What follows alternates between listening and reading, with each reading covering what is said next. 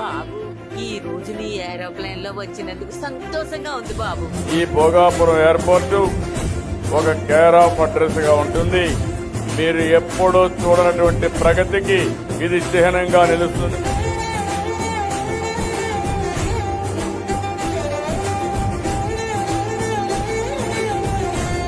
ఇది నాకు ఒక కళ, అది ఇప్పుడు ఎగ్జిక్యూట్ చేసే పరిస్థితి వచ్చింది.